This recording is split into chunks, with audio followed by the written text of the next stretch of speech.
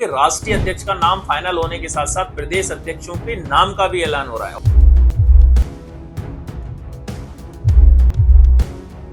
तो कौन कौन मंत्री बन सकता है, कौन राष्ट्रीय अध्यक्ष बनने वाला है?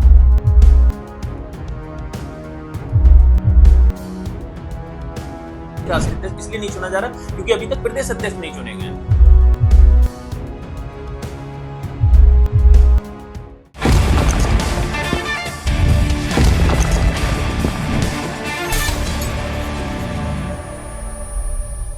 बीजेपी की तरफ से एक बहुत बड़ी न्यूज आ रही है। जी हां, मैं बताने जा रहा हूं कि राष्ट्रीय अध्यक्ष का नाम फाइनल होने के साथ साथ प्रदेश अध्यक्षों के नाम का भी ऐलान हो रहा है। और सबसे बड़ा बिग ब्रेकिंग जो है कि सेंट्रल में भी कैबिनेट का विस्तार होना है साथ साथ, यानी कि केंद्र के जो मंत्री हैं वो बदले जाने हैं, कुछ नए मंत्रियों की एंट्री होनी है, कुछ एनडीए के सहयोगी दल को भी हिस्सा मिलने वाला है। तो कौन कौन मंत्री बन सकता है, कौन राष्ट्रीय अध्यक्ष बनने वाला है और अपकमिंग जो इस वीकेंड के अंदर 5 यानी कि प्रदेशों के अध्यक्षों के नाम आने वाले हैं, क्या क्या कौन कौन से अध्यक्ष बनने वाले हैं, कौन से राज्यों के प्रदेश अध्यक्ष की मैं बारे में बात कर रहा हूं। तो पूरी इस स्टोरी को लास्ट तक जरूर देखिएगा। तो नमस्कार साथियों, मैं हूं दीपक शर्मा और आज मैं बीजेपी यानी कि भारतीय जनता पार्टी, जो इस समय विश्व की सबसे बड़ी पार्टी है, जो हर राज्यों में देखा जाए तो डबल इंजन की सरकार बना चुकी है और आने वाले समय में भी पूरी तरीके से ग्राउंड का जाल जो होता है पूरी तरीके से कार्यकर्ताओं के साथ मेहनत। तो जैसा मैंने बताया कि आने वाले समय में अभी तक बीजेपी के राष्ट्रीय अध्यक्ष का चयन नहीं हो पा रहा है। लगातार एक्सटेंशन पे एक्सटेंशन यानी कि जेपी नड्डा के होते चले जा रहे हैं और इस बार बीजेपी के राष्ट्रीय अध्यक्ष के जो नाम का चयन होना है बहुत लेट होते जा रहा है, जिसको लेकर तमाम लोगों ने सवाल भी उठाए हैं। और इस सवाल को लेकर भी तो आपने देखा भी होगा, संसद के अंदर अखिलेश यादव ने भी बोल दिया था कि अभी तक अपना राष्ट्रीय अध्यक्ष भी नहीं तय कर पा रहे हैं। लेकिन हालांकि अमित शाह ने उसी मजाकी अंदाज में कैसे जवाब दिया था ये सबको पता है, वीडियो कैसे वायरल हुई थी। लेकिन फिलहाल सबसे बड़ा अपडेट जो आ रहा है और मजबूत सूत्रों के हवाले से ये खबर निकल कर आ रही है कि बीजेपी का राष्ट्रीय अध्यक्ष बहुत जल्दी अब ऐलान होने वाला है और किन नामों पर भी मोहर लगेगी ये मैंने पिछले वीडियो में भी आपको बताया था और इस वीडियो में मैं दोबारा बताने जा रहा हूँ कि किस नामों पर सबसे ज्यादा चर्चा है और कौन बन सकता है। लेकिन उससे पहले आपको समझना होगा कि इस बार बीजेपी अपने प्रदेश अध्यक्षों को लेकर बड़ा संशय है। तो प्रदेश अध्यक्ष का चुनाव जैसे 14 राज्यों में तो प्रदेश अध्यक्ष बनाए जा चुके हैं, बाकी राज्यों में अभी तक प्रदेश अध्यक्ष का चुनाव नहीं हो पा रहा है। इस वजह से राष्ट्रीय अध्यक्ष पद की देरी हो रही है कि रीजन ये है कि राष्ट्रीय अध्यक्ष इसलिए नहीं चुना जा रहा क्योंकि अभी तक प्रदेश अध्यक्ष नहीं चुने गए हैं। जैसे सबसे बड़ा राज्य उत्तर प्रदेश के अंदर बीजेपी का अभी तक प्रदेश अध्यक्ष नहीं मिल पाया है, तो उस वजह से उसके नाम पर। लेकिन इस वीकेंड के अंदर जो मजबूत सूत्र बता रहे हैं कि इस वीकेंड के अंदर कभी भी प्रदेश अध्यक्षों के नाम का ऐलान हो सकता है।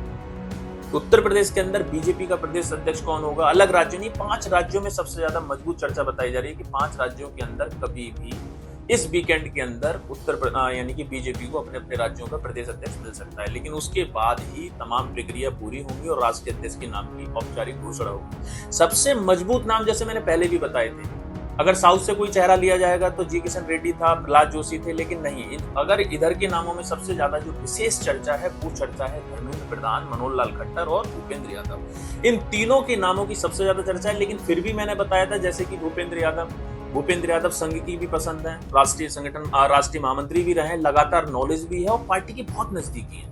लेकिन यादव होने के साथ साथ मुझे जो लगता है कि कहीं ना कहीं भूपेंद्र यादव फिर पिछड़ सकते हैं। अगर 1% चांस बना तो हो सकता है कि भूपेंद्र यादव को कारण यही रह सकता है, बाकी Bhupendra Yadav full eligible candidate है राष्ट्रीय अध्यक्ष पद के लिए। सेकेंड बात जो मैं बात कर रहा हूँ मनोहर लाल खट्टर आरएसएस से रहे, प्रांत प्रचारक रहे, मुख्यमंत्री का भी अनुभव है, पार्टी का बहुत नजदीक है और देखा जाए तो नंबर 1 नंबर 2 अमित शाह और नरेंद्र मोदी के बहुत नजदीक माने जाते हैं, संघ के भी नजदीक माने जाते हैं। तो जाहिर सी बात है उन्हें बनाने में किसी को कोई समस्या नहीं होगी और दूसरा पावर सेंटर क्रिएट नहीं हो पाएगा अगर मनोहर लाल खट्टर को बनाया जाता है, क्योंकि सब जानते हैं अगर किसी को भी राष्ट्रीय अध्यक्ष बनाया जाता है तो दूसरा पावर सेंटर क्रिएट होगा और जो कि ये लोग नहीं चाहते हैं नंबर 1 नंबर 2 के कोई भी पावर सेंटर क्रिएट हो और कल के लिए कोई नेगोशिएशन हो और चीज आपस में वाद विवाद बढ़े। तो ये लोग बिल्कुल ऐसे को चाहते हैं जो बिल्कुल भी इनके गुड बुक में रहे। मनोहर लाल खट्टर से बढ़िया इनके पास कोई कैंडिडेट नहीं है अगर राष्ट्रीय अध्यक्ष बनाया जाता है। लेकिन उनके पास भी एक फैक्टर आएगा, वो आएगा एज फैक्टर। लेकिन ये सब सेकेंडरी बातें हैं। लेकिन मैं बात कर रहा हूँ धर्मेंद्र प्रधान उड़ीसा से हैं। उड़ीसा से जैसे देखा भी होगा अभी उनके पिताजी की जिस समय पे डेथ हुई थी उस दौरान पे सब लोग किस लेवल पे वहां पर पहुंचे थे, ऐसा कोई पार्टी का वरिष्ठ नेता नहीं था जो धर्मेंद्र प्रधान के यहाँ नहीं पहुंचा था। उसी लेवल पे आपने देखा भूपेंद्र यादव के अभी यहाँ पे भी उनके पिता की मृत्यु पे सब लोग पहुंचे थे, उसके बाद भी लगातार नेताओं का तांता लगा। तो ये सब मैसेज दिया जा रहा है, सब मैसेज सबने समझ में आ रहा है। लेकिन जिस तरह से लोगों को देखने में समझ आया कि धर्मेंद्र प्रधान आने वाले समय के राष्ट्रीय अध्यक्ष बन सकते हैं क्योंकि उनका पार्टी के प्रति नेतृत्व संगठन के अनुभव और दोनों संघ और इन दोनों पार्टी के नेतृत्व के बीच में आपसी तालमेल बहुत अच्छा है। और उन्होंने जिस तरह से जिस स्टेट के प्रभारी बनाए वहाँ उन्होंने रिजल्ट भी दिया। उड़ीसा के अंदर भी सरकार लाने का सिर्फ और सिर्फ उन्हीं को दारोमदार, हालांकि वो सीएम भी बनाए जा रहे थे लेकिन नहीं बने थे, तो यानी जाहिर सी बात है कि वो पार्टी नेतृत्व के बहुत नजदीक है। तो धर्मेंद्र प्रधान एलिजिबल कैंडिडेट है। नंबर 1 धर्मेंद्र प्रधान है, नंबर 2 मनोहर लाल खट्टर है, तीसरे नंबर पर भूपेंद्र यादव है। लेकिन ऐसा भी कुछ नहीं, बीजेपी एक ऐसी पार्टी है कि अचानक ऐसे नाम को भी ला सकती है जिस नाम की किसी ने कोई सोचा भी नहीं हो, चर्चा भी नहीं हो, मीडिया में भी जिसका नाम नहीं चला हो, तो उस नाम पर भी मोहर लग सकती है। ऐसा कोई सोचने वाली बात नहीं कि अचानक ऐसे लोगों के नाम पर मोहर लगाई जाती है जिसके बारे में कोई चर्चा ही नहीं करता है।